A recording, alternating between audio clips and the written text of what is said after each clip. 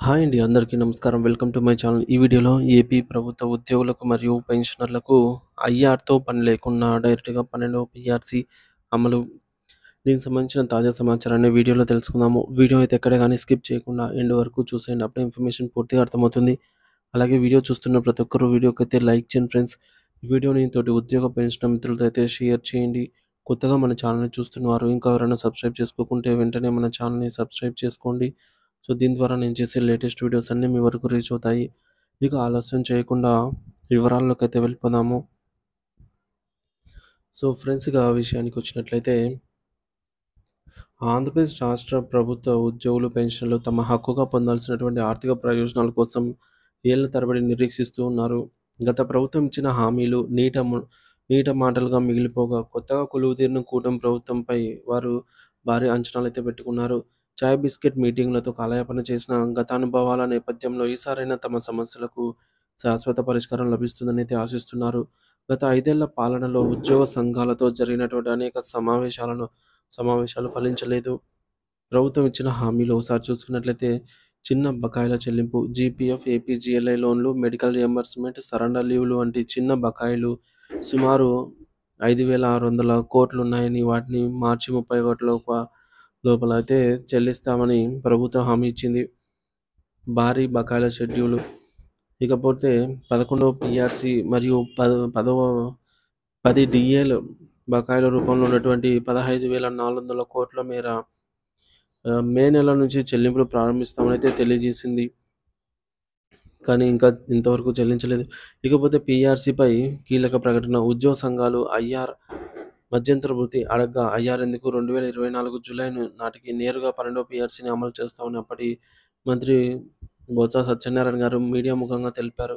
కానీ ఆ ప్రభుత్వం అయితే ఇప్పుడు అధికారంలో లేదు. ఇక వాస్తవ పరిస్థితికొచ్చినట్లయితే హామీలు ఇచ్చినా చెల్లింపులు మాత్రం అరాకొరగానే జరిగాయని చెప్పాలి. మార్చిలో కొన్ని ఏపీజీఎల్ఐ, మెడికల్ బిల్లులు, 2022 నాటి సరెండర్ లీవ్‌లు మాత్రమే కొంతమందికి జమ అయ్యాయి. భారీ బకాయిల ఊసే లేకుండా పోయింది.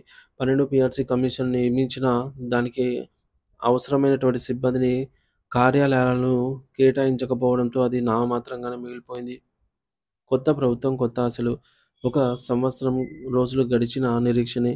కూటమి ప్రభుత్వం అధికారంలోకి వచ్చి ఒక సంవత్సరం రోజులు దాటినా ఉద్యోగుల సమస్యలపై స్పష్టమైన కార్యాచరణ ఇంకా ప్రకటించలేదు. ముఖ్యమంత్రిగా ప్రమాణ స్వీకారానికి ముందు జూన్ నెలాఖరులుగా ఉద్యోగ సంఘాలతో సమావేశమవుతామని ఇచ్చిన హామీ నేటికి నెరవేరలేదు. ప్రస్తుత పరిస్థితి పెరిగిన బకాయిల భారం. గత ప్రభుత్వం అంగీకరించిన 21,000 కోట్లకు అదనంగా కొత్తగా పెండింగ్‌లో పడినటువంటి డీఏలు, ఇతర బకాయిలతో ఈ మొత్తం ఇప్పుడు ఆహ్, 25,000 కోట్లకు చేరిందని ఏపీ జేఏసీ అధ్యక్షులు పేర్కొన్నారు. ఆర్థిక శాఖ అధికారులు ప్రస్తుతం ఈ బకాయిలను లెక్కగట్టి వాటిని దశల వారీగా చెల్లించాలి అనే దానిపై ఒక షెడ్యూల్‌ను రూపొందించనున్నట్లుగా సమాచారము. ఉద్యోగుల ప్రధాన డిమాండ్స్, ప్రభుత్వానికి విజ్ఞప్తులు. గౌరవప్రదమైనటువంటి ఐఆర్. ఎన్నికల ముందు హామీ ఇచ్చినట్టుగా గౌరవప్రదమైన ఫిట్‌మెంట్‌తో మధ్యంతర భృతిని వెంటనే కూటమి ప్రభుత్వం ప్రకటించాల్సిన అవసరం ఎంతైనా ఉంది. 12వ పీఆర్‌సీపై స్పష్టత. 12వ పీఆర్‌సీ కమిషన్‌ను పూర్తి స్థాయిలో పనిచేసేలా చర్యలు తీసుకొని వేతన సవరణ ప్రక్రియ వేగవంతం చేయాలి.